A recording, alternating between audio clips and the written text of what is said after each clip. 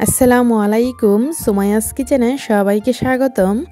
আমি আজকে আপনাদের সাথে শেয়ার করব ভীষণ মজার মুখরোচক একটি ভর্তা রেসিপি। মুখে যখন কোনো রুচি থাকে না তখন আপনারা এই ভর্তাটি তৈরি করে গরম ভাতের সাথে খেয়ে দেখবেন কতটা ভালো লাগে। আশা করি এই ভর্তা রেসিপিটি আপনাদের কাছে ভালো লাগবে। চলুন দেখে নিই ভর্তাটি তৈরি করতে কী লাগছে। পুরো প্রস্তুত প্রণালী। প্রথমে আমি একটা ফ্রাই প্যান বসিয়ে দিয়েছি চুলায়, আর চুলার আঁচটা ফুল আঁচে রেখেই ফ্রাই প্যানটা গরম করে দিয়ে দিলাম 1 চা চামচ সরষের তেল। তারপর তেলটা গরম হয়ে যাওয়ার পর দিয়ে দিলাম 8টা এখানে শুকনো মরিচ দিয়েছি। আর শুকনো মরিচের সাইজে ছোটো ছিল তাই আমি এখানে বেশি দিয়েছি, মানে 8টা দিয়েছি। আপনাদের সাইজে যদি বড় হয় শুকনো মরিচগুলো তখন 4টা দিবেন। তারপর শুকনো মরিচগুলো এভাবে 1 থেকে 1.5 মিনিট ভেজে নিলে দেখবেন একটা দাগ পড়ে গিয়েছে। তখন এই শুকনো মরিচগুলো তুলে নিতে হবে। এই যে দেখুন, এই শুকনো মরিচগুলো কিন্তু মচমচে হয়েছে। এখন আমি এই শুকনো মরিচগুলো তুলে নিয়ে তারপর দিয়ে দিলাম 4-5টা কাঁচামরিচ। আর কাঁচামরিচের উপরে একটু ভেঙে দিয়েছি যাতে তেল ছিটে না পড়ে। আর এইভাবে আমি কাঁচামরিচগুলো ভেজে নিচ্ছি।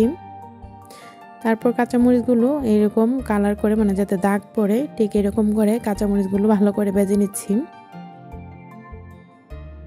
তো এইভাবে আমি কাঁচামরিচগুলো কিন্তু ভেজে নিয়েছি। এখন এই কাঁচামরিচগুলো তুলে নিব। তারপরে এখানে আমি নিয়েছি ধনেপাতা চিকন করে কুচি করে নিয়েছি। এখানে আপনারা আপনাদের পরিমাণ মতো নেবেন, আমি একটু বেশিই নিয়েছি। আর এখানে নিয়েছি একটা পেঁয়াজ কুচি। আর নিয়েছি এখানে শুকনো মরিচের বোটাগুলো ফেলে দিয়ে নিয়েছি সবগুলোই। আর লবণ নিয়েছি পরিমাণ মতো। আর কাঁচামরিচগুলো নিয়েছি। জালটা কিন্তু আপনারা আপনাদের পছন্দ মতো কমিয়ে বাড়িয়েও দিতে পারেন। তারপর আমি আলাদা আরেকটা প্লেটে প্রথমে শুকনো মরিচ আর লবণটা মাখিয়ে নিচ্ছি। শুকনো মরিচটা এরকমভাবে ভেঙে নেওয়ার পর কাঁচামরিচগুলো দিয়ে দিচ্ছি। তো ঠিক একইভাবে কাঁচামরিচগুলো ভেঙে নিব।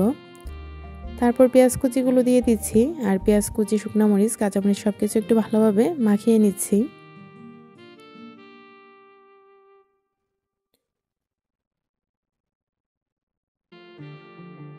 তারপর দিয়ে দিলাম ধনেপাতা কুচিগুলো। আর ধনেপাতা কুচিটা দিয়েও ভালোভাবে আবার মাখিয়ে নিচ্ছি। এভাবে ভালোভাবে ডলে ডলে মাখিয়ে নিতে হবে। তারপর আমি দিয়ে দিব এখানে সরষের তেল। আর অবশ্যই সরষের তেলটা দিবেন, কারণ সরষের তেলটা দিলে কিন্তু খেতে বেশি মজার হয়। আমি এখানে সরষের তেল দিয়ে দিচ্ছি অল্প অল্প করে, 2বারে দিব 1 টেবিল চামচের মতো।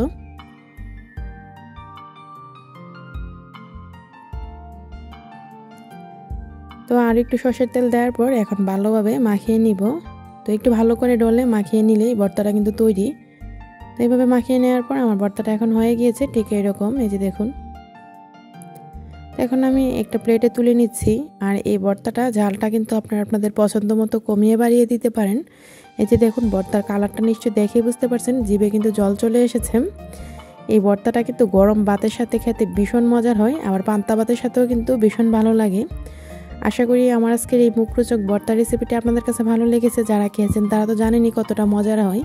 আর যারা খাননি অবশ্যই ট্রাই করবেন, আশা করি আপনাদের কাছে ভালো লাগবে। রেসিপিটি ভালো লাগলে একটা লাইক দিবেন, আর আমার চ্যানেলটি সাবস্ক্রাইব করে আমার সাথেই থাকবেন। রেসিপিটি আপনাদের পরিবার ও বন্ধুদের সাথে শেয়ার করবেন। আমার আজকের এই রেসিপিটি দেখার জন্য আপনাদের সবাইকে অসংখ্য ধন্যবাদ। সবাই ভালো থাকবেন। আল্লাহ হাফেজ।